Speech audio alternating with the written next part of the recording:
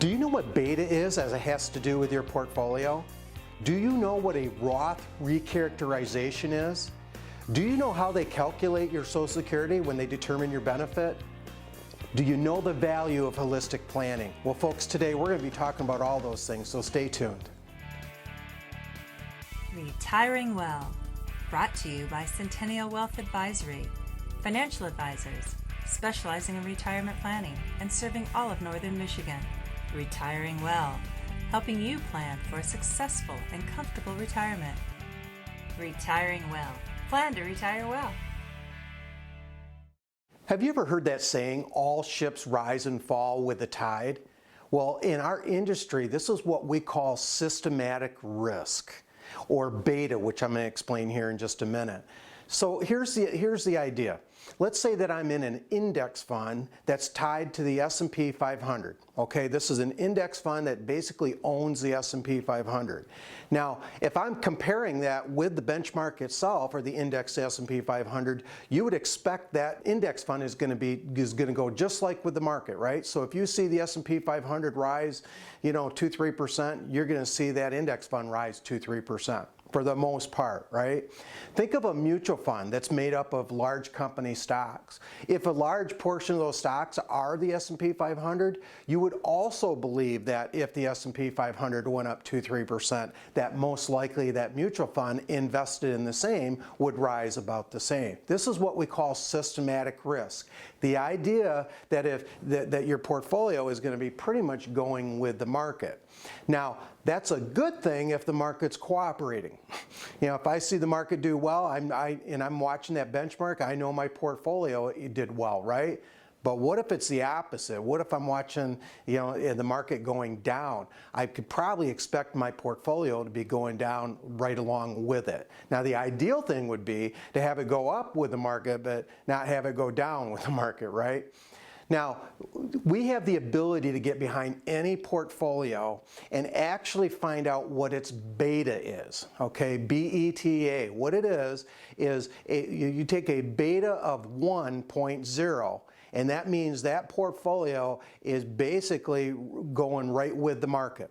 If the market goes up 2-3%, you can pretty much expect that portfolio to go up by 2-3%. If it's down by 2-3%, you should expect it to be down by 2-3%. Now, a beta score of less than 1, okay, maybe you say it's 0.8, means that it's going to be less riskier than the market.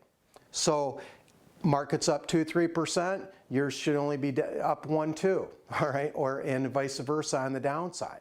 Now, a beta score of 1.0 or more means that the portfolio is more riskier than the market. So it's going to possibly do even better than the market, but probably do even worse than the market. So knowing the score is very important, because if you have a well-diversified portfolio and at the end of the day it has a beta score of 1 and it's pretty much just tracking the market, well, if that's what you want it to do, that's a good thing. But if it's on the downside, if it's not what you want to do, maybe that's a bad thing. So I encourage you, if you're somebody that doesn't know that score, doesn't know how your portfolio would operate as it's compared to the market, then give us a call. We'll gladly analyze that portfolio and tell you what your beta score is.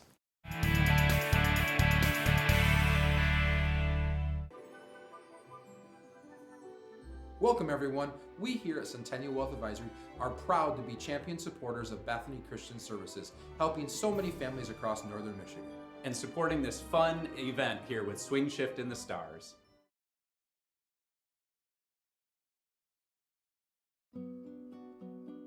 Every night around the table after grace, we all hold hands, and the child of the day that has done something kind gets to go and say family, and then we all follow through and say always and forever, no matter what, and then we squeeze hands. What qualifies someone to be a foster parent is simply if they can love a child.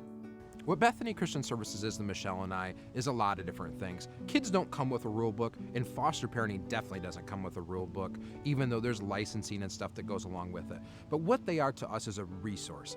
And no matter what questions we have, it's an easy phone call to make, it's an easy email to make, and within minutes, if not the very next day, they're back in touch with us with an answer, a solution, or a helpful hint to try different things. Hope keeps us going, but love is the reason. Bethany Christian Services is a global nonprofit that supports children and families with world-class social services, all designed to help families thrive. They love children. They love God. They know that they want to spread that love throughout the world and help those vulnerable children. Love is not always easy in some situations, but you kind of let your barriers down. You let your guards down. When you see children in this tough situations they're in, you kind of throw caution to the wind and don't think about the consequences. You don't think about the what ifs, and you just say, if I have a few days at all with these children, maybe I can change their lives. Fostering has taught us to be flexible, to have more faith, and let go and let God. I want to help you. I want to give you some love. Come here, I want to give you a hug if that's okay. That's what qualifies someone to be a foster parent. You don't need to have all the answers, because nobody does. You don't need to have all the training down pat, because you can't. You learn as you go. But if you're willing and you have that love, that's what makes a good foster parent. If you see a 2-year-old kid come into your home, it's never had love, it will change your life forever. It means that if you're sitting at our table, I don't care if you are a foster child, if you are a biological child, if you're adopted, if you're off the street, your family, always and forever in our house.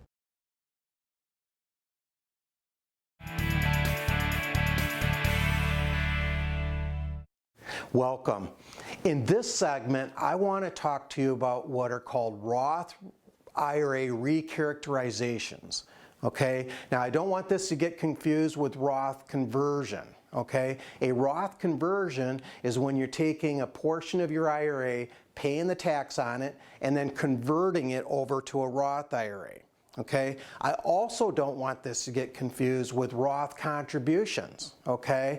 Those are those amounts that are limited that you can do by the tax filing date. I think now $7,000 is what you can put into them. Now, those are limited, but on Roth conversions, there's no limit. Now, in this segment, I'm not going to get into what are the values of having a Roth IRA. If you've watched any of our shows before, hopefully you know that by now. But I want to specifically talk to you about what are called Roth IRA Re-Characterizations. This is when you've done a Roth conversion, and typically you have to do these in the calendar year. Okay, you've done that. Now, in the old law, this is pre-2017 tax reform, if you decided that that was a bad idea, you had all the way to the second extension filing date to undo it, or re-characterize it, as they call it, act as if it never happened. Now, I want to give you a gross example of where that might happen for somebody. Let's say they had a $500,000 IRA and they decided to convert it to a Roth IRA. So they paid the tax on a $500,000 to get it over here into their Roth IRA. Okay, and then that next year the market tanked. Let's say it dropped to half its value. Well, I feel pretty stupid now, right? I paid tax on a $500,000 and now it's in my Roth IRA worth half the amount. Okay, well, under the old rules, I could recharacterize that, undo it, act as if it basically never happened from a tax standpoint. Okay, now with the new actually a couple years old now, 2017 Tax Reform Act, that's no longer available. So if we do a Roth conversion in the calendar year, we're now stuck with that. So we got to be very, very careful what kind of accounts we use or what amount we use, because I can't change it after the fact. So tax planning is going to be very, very important. If you're going to be somebody that wants to take advantage of this, one, answer the question, should I or shouldn't I? But then two, make sure you don't get the amount wrong or get an account that's going to be too volatile that it can drop in value after you've paid the tax on it. Now, with that Tax Reform Act of 2017, it left left a huge opportunity for these Roth conversions, because most people are enjoying a 3% or more reduction in tax rates, which are just going to sunset and go back up. So this kind of planning, very, very important. I encourage you, if you're somebody that wants to know if you're a candidate, to do it and want to make sure you're doing it right and you don't make any mistakes, then I encourage you, give us a call. We'd be glad to meet with you. You know, thanks, Larry, for doing those educational topics like that. You know, two topics I think that are very confusing out there, and you did a great job kind of simplifying them and making it so people understand them. So when you hear those terminologies out there and their talks, maybe the financial show you're watching or the news or something like that, some of that stuff might come up. It helps brings light to what they're really saying. You know, when I think of beta, systematic risk, stuff like that, you know, one thing that comes up a lot in conversation with our clients is the fact that, remember, the S&P 500, the Dow Jones, those two main indices, you hear a lot about. NASDAQ maybe is a third one. When they report on the nightly news that, you know, it went up or down, remember those indices are, we would say, probably pretty aggressive. They're 100% stocks. So if you're somebody that's maybe a moderate or conservative investor, remember, likely your portfolio is not going to track exactly with that. And maybe you should not even be comparing your performance to those, because likely you're not going to take as much risk unless you're comfortable with that, but really they're just two different things. So as you're getting closer to retirement or in retirement, start thinking about that. You know, what can you compare your performances to, and what should you be doing that?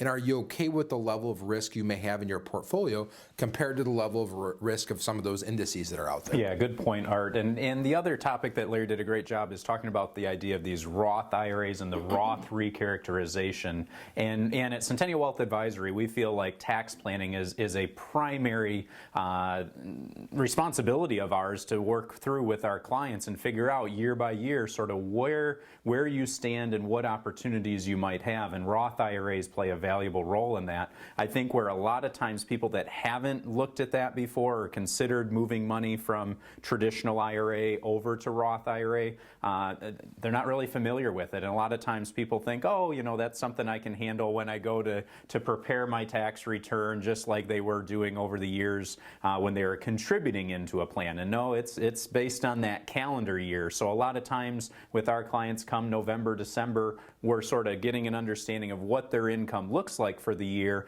and seeing what those opportunities might be within certain tax brackets to take advantage of shifting money from taxable to tax-free. Yeah, John, thank you for letting viewers know that, because we have the ability to, you know, take your situation and analyze it to see if you're a Roth conversion candidate. So many people, when they first found out about Roth IRAs, they ran to their advisor, ran to the accountant, said, should I or should I not do this? And then they never looked at it again. So folks, we need you to take a look at this each and every single year. And like I talked about in the segment, we have a huge opportunity over the next 7-8 years with the Tax Reform Act of 2017, because the rates are lower. So now in the next segment, I'm going to be talking about Social Security, how it's actually calculated, which is interesting. A lot of people know they get that statement and here's the benefit, but they have no idea how it got calculated. So stay tuned.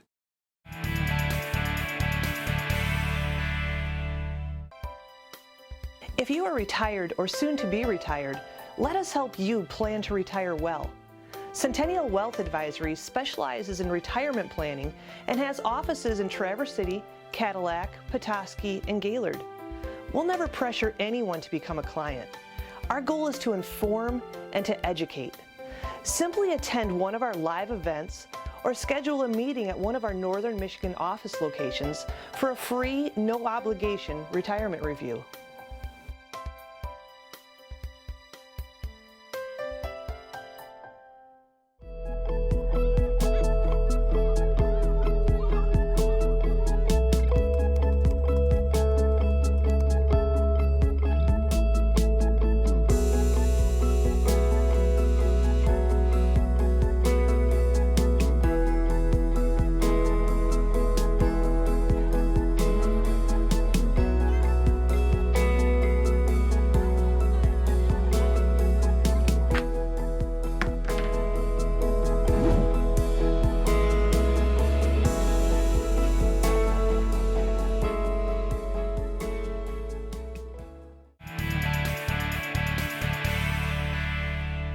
Hi, welcome back. Now, have you ever wondered how they calculate what your Social Security benefit is going to be? Now folks, this is kind of a complicated formula, but basically they take all your working years. Okay, so they'll go back over all those years. If you get your Social Security benefit statement, you'll see that they've recorded that. All those years that you were putting into the Social Security system, they're looking at that amount of wages you had, all right? Now, what they do is they go back all those years and they take the top 35 years. Now think about it, when you were maybe 16 and you had your first job, you didn't make a whole lot, well most likely if you've been working more than 35 years, that's not even going to count. Okay, so they take your top 35 years, okay, and then they index them to an amount based on whatever the average wage was when you were age 60. All right, so once you reach the age of 60, they look across the nation, they take what is the average wage, and then they go back to all those 35 years we were talking about, and they index them for inflation based on how long ago they were. So if it was 35 years ago, you can imagine they're going to give you greater weight for those wages in that year because of inflation, and they're going to match it up or index it to those average wages, like I said, at age 60. Now, they'll take all those years indexed again for inflation, and then they'll come up with an average. Okay, so let's just say they've taken all those years, they took your top 35, indexed them for inflation, and the average monthly amount that you earned ends up being $5,000 per month.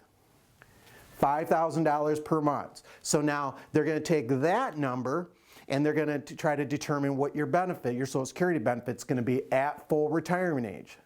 So follow along with me here. Take that average monthly income of $5,000, okay? They're going to give you 90% of the first $926 of wages you have. 90%. So what's that going to come out to? That's going to come out to $833. Now think about it. For somebody that didn't make a whole lot in their earnings years, look what they're giving you, 90% at least. So at the very least, if somebody had, you know, not a lot of income, but, you know, had significant wages that were low, they're at least going to get that. Now, the amount that's above $926, but up to $5,583, they're going to give you 32% benefit of. All right? So again, going back to this example, that average monthly amount was $5,000. So what are they going to get? They're going to get 32% of $4,074, which is going to give them $1,303. Again, the difference between $926 and $5,000, $4,074, they're going to give you 32% of that. So now that's $1,303. Now, unfortunately, this person didn't make over $5,500, so they're not going to get any benefit of this next one, which is 15%. So if I'm a high-income individual, made a lot of money over the years, guess what? They're not giving you a whole lot more once you get over this amount. So what's that benefit total? I don't get anything here. Okay, so that benefit at full retirement age is going to be $2,136 per month. $2,136 per month. Now, remember, that's at full retirement age. Remember we talked about this in the early segment. What if I take it at age 62?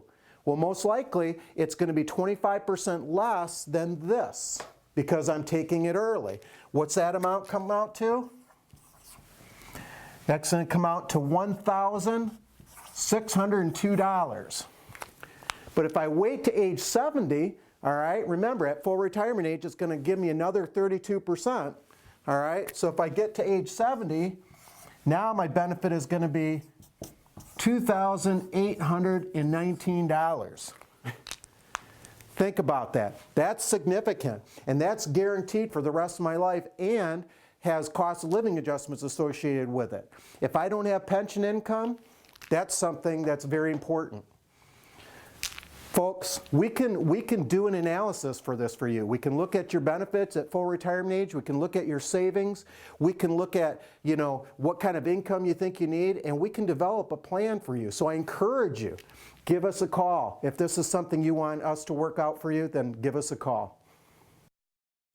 Wow, Larry, that's a lot of information. I'm glad you did a chalk talk on that, because I think most people don't understand the complexity behind how Social Security is calculated. You know, forever we got those statements in the mail, and then we just, oh, that looks good, or I'm assuming that's right. But now knowing roughly how that's done is pretty valuable, I think, for people. And always double check those numbers. You know, look with your earnings history and stuff like that, making sure things were getting reported right, so you have up-to-date information, so you're making sure you get the most of that. But guys, I know we talk time and time again, and on the show here and with our clients, you know, definitely don't underestimate the importance in your financial success of having a plan of when your Social Security is going to start, or how you may elect to take that over your life, right, guys? Yeah, most definitely. And it's something we feel a little bit concerned that you might be out there currently and questioning whether or not to draw it. And a lot of times people just sort of jump in and then think through it after they've already made that decision. So we encourage you, as part of what we're looking at with long-term income planning, determining what is the right strategy here, because it may not just come down to, hey, well, I want to draw it at 62 because I've been working all these years for that. What about some of those other reasons that you may not have considered, such as maybe when to start drawing your IRA income and what that might look like, or the impact that might have on the taxation of your Social Security? You know, so there's a longevity factor built in with that. What impact would that have maybe on your health insurance if you're younger than 65? What income impact would that have on potential subsidies? So all these different areas that you want to consider beyond just, well, I've worked a long time to get to this point, I'm just going to draw that income. You want to be thinking of all those areas. Mm-hmm. You know, guys, one thing I did not talk about in the segment is, I'll get asked quite a bit, is, okay, if they calculate Social Security based on what the average wage nationally was at age 60, what if I want to keep on working? You know, what happens with those years? Well, believe it or not, any years after that age 60, if they're better than any of those 35 out of the 40 they were using in the computation, it can replace one of those years. So it does pay if you want to continue to work. It can up your benefit, especially if the earnings are good in those latter years. So anyway, hope you found this valuable. In the next segment, we're going to talk about holistic planning, the value thereof. So stay tuned.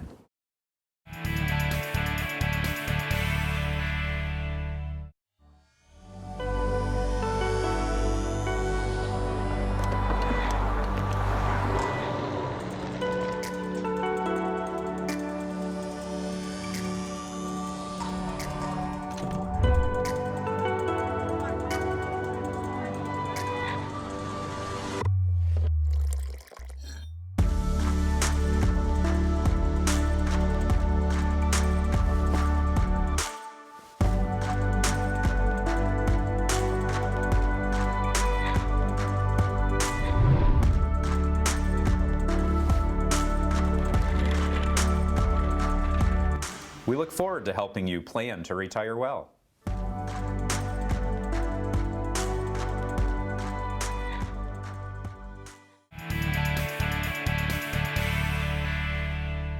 Hi, welcome back. Now listen, in this segment I want to talk to you about the value of having what we call holistic planning, okay? Now, just about every advisor out there is doing what they call investment management, okay? They're managing a portfolio in some way, shape, form, or another. But in holistic planning, you're going to be dealing with a lot more than that, okay? Now, when you're working, you're in what's called the growth and accumulation phase of your life. You've got plenty of time till you're looking to possibly retire, okay? But when you get near retirement or in retirement, you're in what's called the preservation of wealth and income phase of your life, okay? Your needs are much different than the person who maybe is just getting started working, okay? Now, what are some of those needs? Well, income planning is going to be very important, you know? I've grown this retirement savings, now I got to take income from it when I get into retirement. What's that going to look like, right? What about estate planning? Yeah, that's going to be very important as well. Long-term care, healthcare planning is going to kind of come into the mix, right? Tax planning, very important as well. The point is that there's many questions that have to be answered when we get into this kind of planning. For example, I've got my retirement savings, okay? One of the first questions I'm going to ask is, what account do I pull from? You know, does it make sense to pull my income out of certain accounts versus others? Maybe. What are the tax ramifications if I pull it out of the various different accounts? I'm going to want to know the answer to that because I want to keep my taxes as low as possible. I want to be very wise in how I do that. From an estate planning standpoint, what are going to be the beneficiary designations that I place on these various investment accounts? For example, if you have a trust, you're going to maybe, in a lot of cases, list the trust as the beneficiary. But maybe for an IRA, that may or may not be the best thing to do. You're going to want to know the answer to that. What if I'm somebody who's maybe stopped working, I'm not yet age 65 yet, the age at which I can take Medicare, and I maybe want to get some of those subsidies to help pay for that health care that's out there. Well, now I'm going to want to control my income accordingly. So can you see how all of these have to work together? Now, in some cases, I'm going to want to look at the pros and cons of all those various decisions because some of them can work against each other. Hopefully you can see the value here in that, investment management is a very important thing and the kind of risk I'm taking on in that, but all that other planning has to play a role in it. Again, they have to work together. At Centennial Wealth, this is what we do. We do all that kind of planning. So if any of that is something that you think you need or want to hear more about, then I encourage you, give us a call. Again, great information there, Larry. And holistic planning, we feel, is important in our responsibility to help you plan to retire well. And so it doesn't just look at one area of investments. I mean, that's what a lot of times financial advisors are so focused on, the investment world. But just as important, as we've talked about on today's show, is understanding your income plan and diving even deeper into that. How should you draw Social Security is an important area to look at. And so it's not just that, but then by drawing that income, what's the tax implications of doing that? And so all of these different areas need to be working together, and that's sort of what we're trying to accomplish throughout this television show, as well as with the opportunity to call in and sit down with us for a no-cost, no-obligation visit, just to help you understand those areas that maybe you need a little bit more work on. Yeah, John, it's nothing concerns me more when we first meet with somebody and we ask them, what is your financial plan or what is your retirement plan, income plan, and they slide across their 401k statement too, and they kind of point to the top number, and it's an account value. That's not a plan. That's a value. We need to take that and develop a plan for you so you can retire well. There's many pieces that go along with that. Too often we see people taking longer to plan a family vacation than they do the next 20 to 30 years of retirement, and that is concerning. So if you're out there and you haven't done this yet, you haven't walked through and had a complete plan that talks about income, investment, taxes, estate, health care, long-term care, all those pieces, if you can't tell me what that exactly is, that's a concern. And if you're less than 10 years away from retirement or early in retirement and you don't know that, what better time than talk about that right now? Sit down with us. There's a no obligations, free visit. Walk through what you're trying to do. What are your goals? What do you want to accomplish in retirement? This is all about you. Remember that. A lot of different things can happen, but you got to plan for it so you can make sure you have the chance to most likely have the best chance of results in that. So once again, we really appreciate you watching this show. Hopefully you've learned a few things this week. Larry's done some great information with beta and systematic risk at the beginning. Hopefully you're going to take away a few things of that. But once again, tune in next week here at Retiring Well. We'll be back here with some more great information for you and your retirement.